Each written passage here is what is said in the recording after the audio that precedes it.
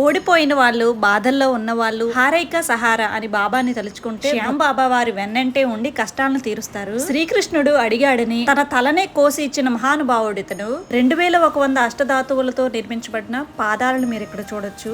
ఈ ఆలయాన్ని దర్శించుకున్న ఫలితం 36 ధాములు 36 ఘాట్లను సందర్శించుకున్నంత ఫలితం దక్కుతుంది. శివుడి నుంచి 3 దివ్య బాణాలని వరంగా పొంది ఎలాంటి యుద్ధాన్నైనా గెలిచే శక్తిశాలి భీముడి మనవడు ఘటోత్కచుడి కుమారుడు బర్బరీకుడు. ఆ బర్బరీకుడినే ఖాటు శ్యామ్ గా పిలుస్తారు. మహాభారతంలో ఈయన పాత్ర ఏంటి, ఇలాంటి ఒక ప్రత్యేకమైన ఆలయాన్ని మీకు ఇక్కడ చూపిస్తాను. లేట్ చేయకుండా వీడియోలోకి వెళ్ళిపోదాం. హలో అండి, నమస్తే, welcome back to my channel Sravani's vlogs and kitchen.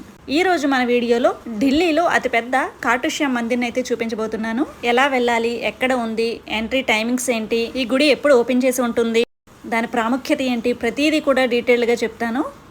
Khatu Shyam అంటే భీముడు మనవడు అనమాట. చాలా పెద్ద టెంపుల్, చాలా ఇంట్రెస్టింగ్ గా ఉండబోతుంది వీడియో అయితే మాత్రం. ఫస్ట్ అయితే వీడియోని ఎక్కడా కూడా స్కిప్ చేయకుండా చూడండి. అలాగే మీ సపోర్ట్ కోసం ఒక లైక్ చేసి కామెంట్స్ పక్కనే ఉన్న హైప్ అనే బటన్ మీద క్లిక్ చేసి నాకు ఫ్రీగా పాయింట్స్ కూడా ఇవ్వండి. ఇంకా ఏ మాత్రం ఆలస్యం చేయకుండా వీడియోలోకి వెళ్ళిపోదాం, వచ్చేసేయండి. ఈ టెంపుల్ కి నియరెస్ట్ మెట్రో స్టేషన్ వచ్చేసి జహంగీర్ పురి. న్యూఢిల్లీ నుంచి డైరెక్ట్ మెట్రో లైన్ ఉంటుంది ఇక్కడ వరకు కూడా. జహంగీర్ పురి మెట్రో స్టేషన్ నుంచి జస్ట్ 4 కిలోమీటర్స్ డిస్టెన్స్ ఉంటుంది. ఆటోకి అయితే 20 రూపీస్ చార్జ్ చేస్తారు. న్యూఢిల్లీ మెట్రో స్టేషన్ నుంచి జహంగీర్ పురి రావడానికి న్యూఢిల్లీ మెట్రో స్టేషన్ లో ప్లాట్ఫామ్ నెంబర్ 2 కి వెళ్లి మెట్రో ఎక్కితే గనక జహంగీర్ పురి మెట్రో స్టేషన్ లో దిగి ఎగ్జిట్ అవ్వాలి. 40 రూపీస్ టికెట్, సుమారు 23 నిమిషాల ప్రయాణం ఉంటుంది. మీరు బై రోడ్ ట్రాన్స్పోర్ట్, ఆటో గానీ, క్యాబ్ గానీ, ఓలా, ఊబర్ దేంతోనైనా రావచ్చు. కాకపోతే ట్రాఫిక్ ఉంటే మాత్రం చాలా ఎక్కువ టైం అయితే పట్టేస్తుంది. జహంగీర్ పురి వరకు మెట్రోని ప్రిఫర్ చేయండి. అక్కడ నుంచి 4 కిలోమీటర్స్ డిస్టెన్స్ కాబట్టి ఆటోలో అక్కడ నుంచి వెళ్ళిపోవచ్చు.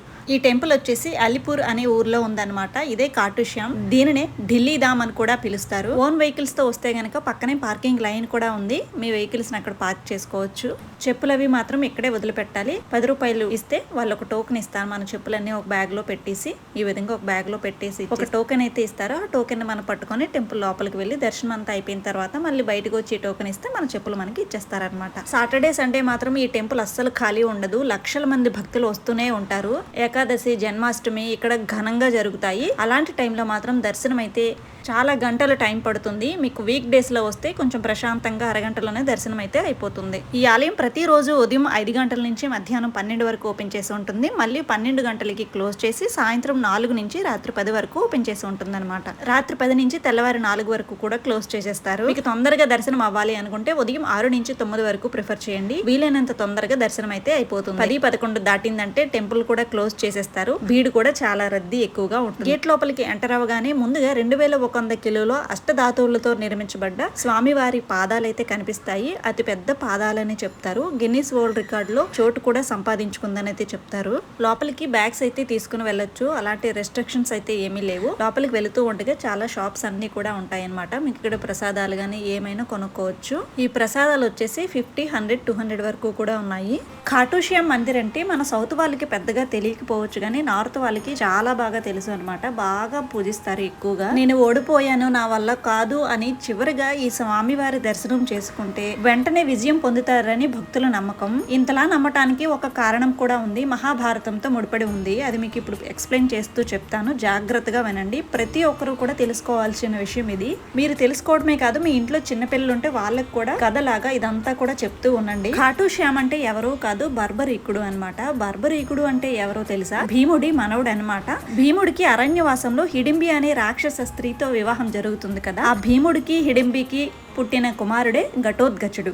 ఘటోత్కచుడికి తన భార్య అయిన మౌర్వికి పుట్టిన కుమారుడే బర్బరీకుడు అనమాట. అతనే ఈ ఖాటు శ్యామ్. అయితే చిన్నప్పటి నుంచే ఇతను శక్తివంతుడు. ఆ పరమశివుణ్ణి మెప్పించి 3 దివ్య బాణాలను అయితే పొందుతాడు. అందులో మొదటి బాణం శత్రువులందరినీ మార్క్ చేస్తుంది. రెండవ బాణం కాపాడాల్సిన వారిని మార్క్ చేస్తుంది. ఇంకా 3వ బాణం వచ్చేసి ఈ మార్క్ చేసిన శత్రువులందరినీ కూడా ఒకేసారి చంపేస్తుంది అనమాట. అంటే ఒక్క నిమిషంలోనే యుద్ధం మొత్తాన్ని కూడా ముగించగలడు. అయితే కురుక్షేత్ర యుద్ధం జరిగినప్పుడు బర్బరీకుడు తల్లి దగ్గరికి వెళ్లి నాకు యుద్ధం చేయాలని ఉంది అని చెప్తాడనమాట. అప్పుడు తన తల్లి అయిన మౌర్వి యుద్ధం ఏ పక్షాన ఉండి చేస్తావని అడుగుతుంది. ఏ పక్షం ఓడిపోతుందో, ఏ పక్షం బలహీనంగా ఉంటుందో ఆ పక్షానే నేను ఉంటానని తల్లితో చెప్తాడు బర్బరీకుడు. అందుకే ఇప్పటికీ కూడా ఆలయంలో హారైక సహారా అని మారు మ్రోగుతుంది. అంటే దాని అర్థం ఓడిపోయిన వారికి సహారా అని. బర్బరీకుడు నీలిగుర్రం మీద యుద్ధానికి బయలుదేరుతాడు. శ్రీకృష్ణుడు బ్రాహ్మణుడి వేషంలో వచ్చి అతన్ని ఆపి, ఈ 3 బాణాలతో నువ్వు యుద్ధాన్ని గెలుస్తావా? అయితే ఈ పక్క నుండే రావి చెట్టు చెట్టు ఆకులన్నీ కూడా ఒక్క బాణంతో కొట్టగలవా అని అడుగుతాడు. వెంటనే బర్బరీకుడు ధ్యానం చేసి బాణాన్ని వదులుతాడు. అది రావి చెట్టు ఆకులన్నీ కొట్టేసి కృష్ణుడు కాలి కింద దాచిన ఆకు చుట్టూ తిరగడం మొదలు పెడుతుంది.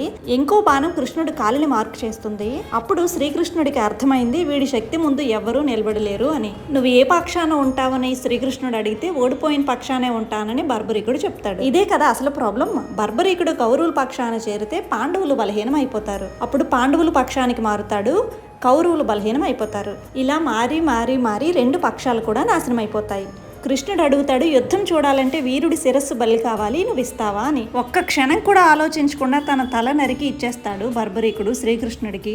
కానీ ఒక్క కోరిక కోరుతాడు, కృష్ణ నాకు మహాభారత యుద్ధం మొత్తం చూడాలని ఉంది అని. తలని ఎత్తైన కొండ మీద పెడితే 18 రోజులు యుద్ధం మొత్తం కూడా చూస్తాడు. బర్బరీకుడు త్యాగానికి నిజాయితీకి మెచ్చిన శ్రీకృష్ణుడు వరమైతే ఇస్తాడు. కలియుగంలో నువ్వు నా పేరుతో శ్యామ్ అని పూజింపబడతావు. ఓడిపోయిన వాళ్ళు, బాధల్లో ఉన్న వాళ్ళు నిన్ను తలుచుకుంటే చాలు, నువ్వు వాళ్ళకి సహారా అవుతావు అని శ్రీకృష్ణుడు బర్బరీకుడికి వరమైతే ఇస్తాడు. అందుకే ఇప్పటికీ కూడా ఈ ఆలయాల్లో హారేక సహారా అని మారు మ్రోగుతుంది. శ్రీకృష్ణుడు శ్యామ్ అనే కదా చెప్పారు, మరి ఖాటు శ్యామ్ గా ఎలా వచ్చింది పేరు అనేది ఇప్పుడు చెప్తాను చూడండి. కలియుగంలో రాజస్థాన్ లోని ఖాటు అనే గ్రామంలో ఒక ఆవు పొదుగు నుండి దానంతటా అవే పాలు కారటం మొదలయ్యాయి. ఇంతకీ అక్కడ ఏముంది అని తవ్వి చూస్తే బర్బరీకుడు తల అయితే బయటపడింది. అక్కడే ఖాటు శ్యామ్ మందిర్ అయితే కట్టారు. తల దొరికిన ప్లేస్ ఆ గ్రామం పేరు ఖాటు కాబట్టి ఖాటు శ్యామ్ గా పిలువబడుతున్నారు. ఈ ఖాటు శ్యామ్ మెయిన్ టెంపుల్ వచ్చేసి రాజస్థాన్ లో ఉంది. ఇది ఢిల్లీలో ఉన్న అతిపెద్ద ఖాటు శ్యామ్ మందిర్ అన్నమాట. రాజస్థాన్ వరకు వెళ్ళలేని భక్తులందరూ కూడా ఇక్కడ వరకు వచ్చి దర్శనం అయితే చేసుకుంటారు. ఈ ఆలయంలో 24/7 365 రోజులు కూడా భాగవత పఠనం అయితే జరుగుతూ ఉంటుంది. ఇంతటి గొప్ప చరిత్ర కలిగిన ఆలయం ఇది.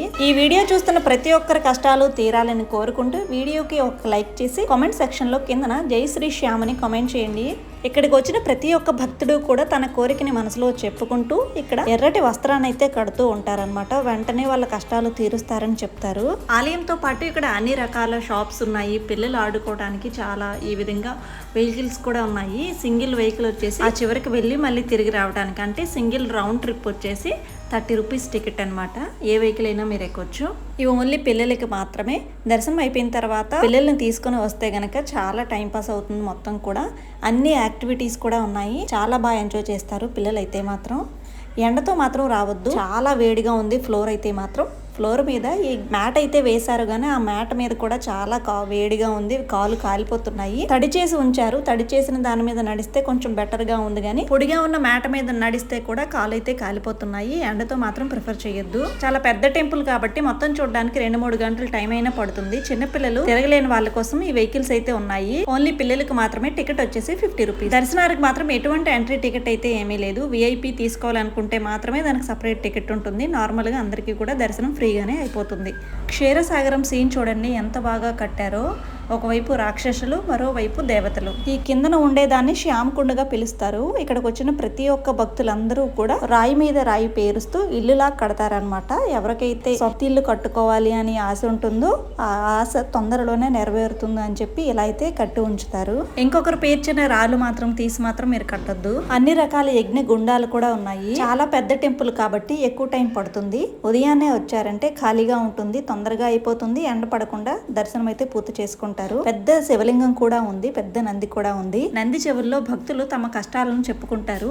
శివుడి పరివారం అంతా కూడా ఇక్కడ ఉంది. పిల్లలైతే ఆడుకోవడానికి ఎగ్జిబిషన్ల అన్ని కూడా ఇక్కడ ఉన్నాయి. దేనికైనా టికెట్ ప్రైస్ వచ్చేసి 30 రూపీస్ అనమాట. ఏదైనా ఒక 3 to 5 మినిట్స్ తిప్పుతారు. ఇక్కడ కనిపించేవి అన్ని కూడా 30 రూపీస్ టికెట్ అనమాట. ఇది వచ్చేసి వాల్మీకి ధామ్ అనమాట. ఇలాంటి ధాములు మొత్తం 36 ఉన్నాయి ఇక్కడ. ఉదయం పూట ఎండలేని టైంలో వీక్ డేస్లో, అంటే సాటర్డే సండే కాకుండా మిగిలిన ఏ రోజైనా వస్తే మాత్రం ఖాళీగా ఉండే రోజుల్లో అయితే మీరు మొత్తం కూడా ఈజీగా కవర్ చేయొచ్చు, మొత్తం కూడా చూడొచ్చు. ఎండతో వచ్చారంటే అన్నీ కూడా కవర్ చేయలేరు. రద్దీ ఉండేటప్పుడు కూడా దర్శనం అంత మంచిగా అవ్వదు. ఆలయ ప్రాంగణం మొత్తం కూడా ఎక్కడైనా మీరు వీడియోస్ కానీ ఫొటోస్ కానీ అన్నీ తీసుకోవచ్చు. కానీ స్వామివారి మెయిన్ విగ్రహం ఏదైతే ఉందో అక్కడ మాత్రం ఫొటోస్ కానీ వీడియోస్ కానీ ఏమీ తీయకూడదు. మీకు స్వామివారు ఎలా ఉంటారు అనేది ఇక్కడ మీకు స్క్రీన్ మీద అతని ఫోటో అయితే పెడతాను చూడండి. కూలింగ్ వాటర్ కూడా వస్తున్నాయన్నమాట. డ్రింకింగ్ వాటర్ అంతా కూడా అవైలబుల్గానే ఉంది. ఇందాక వెహికల్ చెప్పాను కదండి. చిన్నపిల్లలందరూ కూడా 50 రూపీస్ టికెట్ కొనుక్కొని లోపల మొత్తం కూడా తిరగొచ్చు అనమాట. ఒక రౌండ్ అంతా తెప్పించేసి మళ్ళీ ఇక్కడ దించేస్తుంది అనమాట.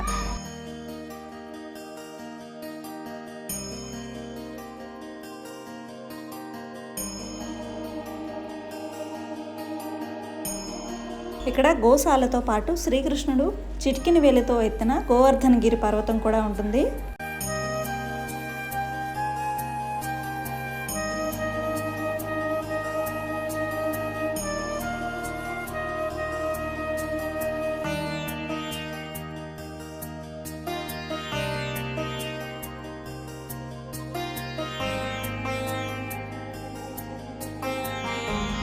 తినడానికి చాలా ఫుడ్ స్టాల్స్ అయితే ఉన్నాయి. మీకు నచ్చింది ఇక్కడ తినవచ్చు. ప్రైజెస్ అన్నీ కొంచెం పర్వాలేదు, మరీ అంత ఎక్కువైతే ఎక్స్పెక్ట్ ఏం చేయొద్దు. ప్రతిరోజు ఇక్కడ అన్నదాన కార్యక్రమం కూడా జరుగుతూ ఉంటుంది. ప్రసాదం అయితే మీరు తినచ్చు. ఈ భేల్పూరి వచ్చేసి 50 రూపీస్ తీసుకున్నారు.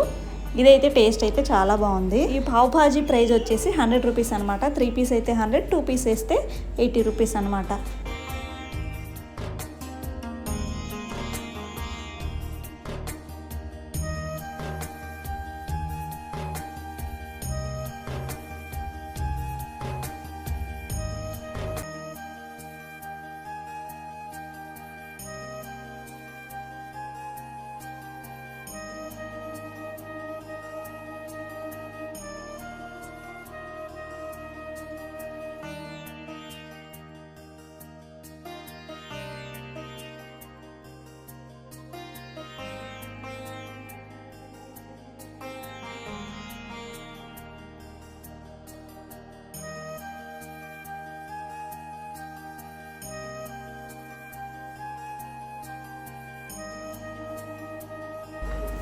ఇక్కడ అన్ని రకాల షాప్స్ కూడా ఉన్నాయి. మీకు ఏం కావాలన్నా ఇక్కడ నుంచి తీసుకొని వెళ్ళొచ్చు.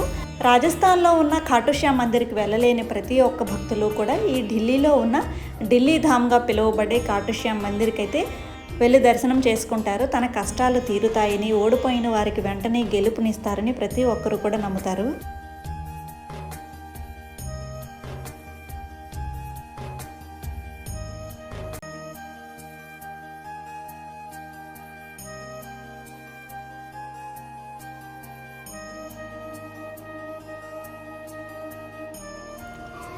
ఇక్కడ చూడండి, ఖాటు శ్యామ్ బాబా వారి విగ్రహాలన్నీ కూడా అమ్ముతున్నారు. చాలా అంటే చాలా అందంగా ఉన్నాయి. మన సౌత్ వాళ్ళ కంటే కూడా నార్త్ వాళ్ళు బాగా నమ్ముతారు, ఇతన్ని బాగా పూజిస్తారు కూడా. ఢిల్లీకి వచ్చిన తర్వాత ఖాటు శ్యామ్ పేరు వినగానే ఎవరో అనుకున్నాను, బర్బరీకుడి పేరే ఖాటు శ్యామ్గా పేరు వచ్చిందని తెలుసుకున్నాను. ఈ వీడియో చూస్తున్న ప్రతి ఒక్కరు కూడా వీడియోను అయితే లైక్ చేసి, మీకు ఏ కష్టం ఉన్నా సరే కామెంట్ సెక్షన్ లో జై శ్రీ శ్యామ్ అని కామెంట్ చేయండి. మీ కష్టాలు వెంటనే తీరుతాయని మనస్ఫూర్తిగా అయితే ఆ శ్యామ్ బాబాని కోరుకుంటున్నాను. దర్శనం అంతా అయిపోయిన తర్వాత ఎగ్జిట్ గేట్ నుంచి బయటికి రాగానే ఈ విధంగా చిన్న చిన్న షాప్స్ అయితే ఉంటాయి. ఇలాంటి ఇయర్ రింగ్స్ 40 రూపీస్, 50 రూపీస్ అలా చెప్పారు. ఖాటు శ్యామ్ బాబాని మీరు లోపల అంత డీటెయిల్డ్ గా వీడియోలో చూడలేదు కాబట్టి ఇగోండి ఫోటో అయితే ఇలా ఉంటుందన్నమాట. ఇక్కడ ఫొటోస్ కూడా అమ్ముతున్నారు. మీరు ఎక్కడ చూసినా తన తల భాగం మాత్రమే డీటెయిల్డ్ గా మీకు కనిపిస్తుంది అనమాట. దర్శనం అంతా పూర్తి చేసుకుని చెప్పులు తీసుకున్న తర్వాత మీ ఓన్ వెహికల్ ఉంటే పార్కింగ్ పెట్టేస్తే అది కూడా తీసుకొని ఇక్కడ నుంచి అయితే లెఫ్ట్ అయిపోండి. సేమ్ మళ్ళీ ఆటో ఎక్కి 4 కిలోమీటర్స్ డిస్టెన్స్ ఉంటుంది. జహంగీర్పురి మెట్రో స్టేషన్కి వెళ్ళి అక్కడ ప్లాట్ఫామ్ నెంబర్ 1కి వెళ్ళి మెట్రో ఎక్కితే ఒక 30 నిమిషాలు 25 మినిట్స్లో న్యూ ఢిల్లీ మెట్రో స్టేషన్లో దిగిపోతారు. ఇది ఇవాల్టి మన వీడియో. మీ అందరికీ కూడా నచ్చిందని అనుకుంటున్నాను. నచ్చితే మాత్రం ఒక చిన్న లైక్. మన ఛానల్ ఫస్ట్ టైం చూస్తున్నట్లయితే ఇలాంటి మరెన్నో వ్లాగ్స్ కోసం ఛానల్ సబ్స్క్రైబ్ చేసుకొని పక్కనే ఉన్న బెల్ ఐకాన్ కూడా హిట్ చేసుకుని నోటిఫికేషన్ని అలా పెట్టుకోండి. కోసం మాత్రమేనండి, కానీ శాస్త్రం ప్రకారంగా ఉగాది పచ్చడిని ఇలాగే చేసుకోవాలి. ఈ వీడియో నచ్చితే లైక్ చేసి షేర్ చేయండి. Thanks for watching.